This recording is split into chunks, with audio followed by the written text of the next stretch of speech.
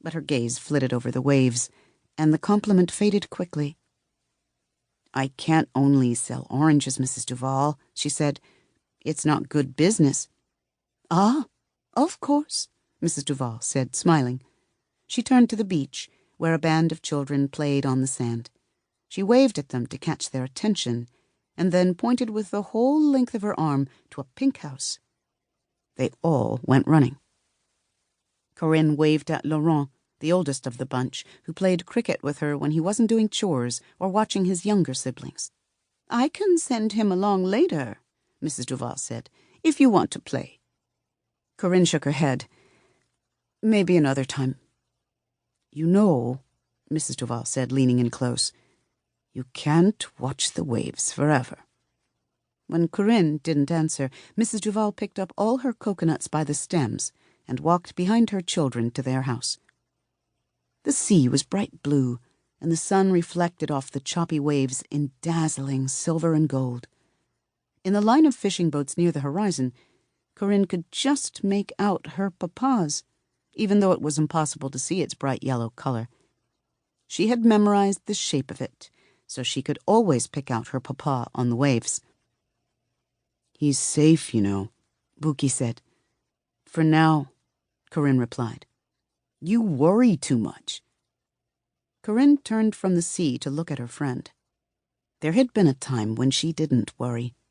That was before her orange trees bore their first fruit, when she and her papa had their routine. He would wake her up in the morning and tell her to be careful on land, and she would tell him to mind that the sea didn't swallow him up, and they both would promise to be safe. But then Séverine came. She was beautiful at first, dreadful at their last encounter, and with her came all of the Jumbies.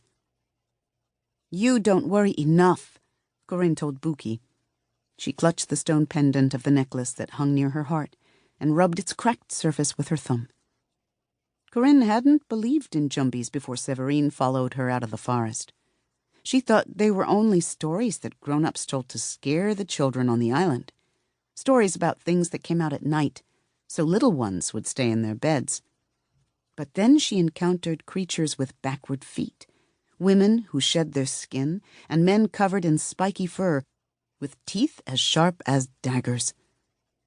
There was a Jumbie who cared for the woods, and one who lived beneath the waves, who would turn anyone into stone at a glance, and who ruled the mermaids in the sea. Corinne had seen them all, but worse than that, she had witnessed their power, and she understood just how easy it was to succumb to any one of them.